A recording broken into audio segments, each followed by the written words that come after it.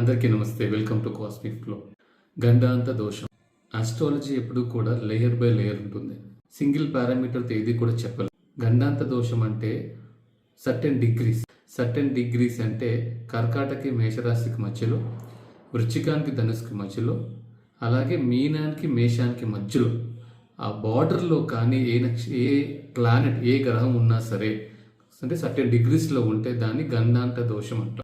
ఉన్న దోషాల కల్లా ఇది కొంచెం స్ట్రాంగ్ దోషం అనమాట. ఇది పుట్టినప్పుడే దీనికి పరిహారం చేసుకోవాలి. సో ఎవరైనా కెరియర్లో గ్రోత్ లేకపోయినా, ఊరికనే కీప్ ఆన్ కెరియర్ ప్రాబ్లమ్స్ వస్తున్నా, కీప్ ఆన్ మదర్తో ఫాదర్తో ప్రాబ్లమ్స్ వస్తున్నా, మాట్లాడేది సివియారిటీ ఎక్కువ ఉన్న వాళ్ళ గురించి. అందరికి ఎంతో కొంత ప్రాబ్లం ఉంటుంది, కానీ కొంతమందికి కంటిన్యూస్గా ప్రాబ్లం ఉంటుంది. అసలు నాన్ స్టాప్ ఇష్యూస్ ఉంటాయి అనమాట. వాళ్ళ గురించి మాత్రమే నేను మాట్లాడుతున్నాను. సో అలాంటి వాళ్ళు డెఫినెట్గా చూసుకోవాల్సిన ప్రైమరీ ఆస్పెక్ట్ ఏంటంటే గండాంత దోషం. సో గండాంత దోషం ఉన్నప్పుడు జనరల్గా అయితే పుట్టినప్పుడే దీనికి పరిహారం చేసుకోవాలని పరాశర శాస్త్రంలో, కానీ పెద్ద అయిన తర్వాత దీని దోష నివారణ చేసుకోవాలంటే అదర్ పారామీటర్స్ ఉన్నాయి.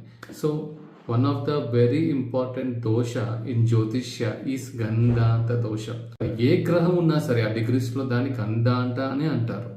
ఇది చాలా మందికి తెలియదు. చాలా మందికి కాదు, 99% ఇక్కడ ఉన్న ఆస్ట్రాలజర్స్ ఎవరికి తెలియదు ఈ విషయం. ఓకే, సో ఎనీ ప్లానెట్ ఈ డిగ్రీస్లో, సర్టెన్ డిగ్రీస్లో అంటే లైక్ కర్కాటక సింహ మధ్యలో, అలాగే నేను చెప్పినట్టు వృశ్చిక ధనుసు మధ్యలో, అలాగే మీనం మేషం మధ్యలో కానీ ఉంటే, ఆ డిగ్రీస్ మధ్యలో ఉంటే అది ఏ ప్లానెట్ అయినా అవ్వచ్చు, అది గండాంత. That gives a extreme painful results. ఇది ఏ సాఫ్ట్వేర్స్లోనూ దేంట్లోనూ చూపించదు. అందుకని దీని గురించి ఎవరు తొందరగా మాట్లాడరు అనమాట. ఇది కూడా సాఫ్ట్వేర్ చూపించుంటే దీని మీద కూడా పాటిది ఒక 100 వీడియోస్ వచ్చుండే మనకి. ఓకే, దట్ ఈస్ వాట్ గండాంత దోష. Thanks for watching the video. Have a great day.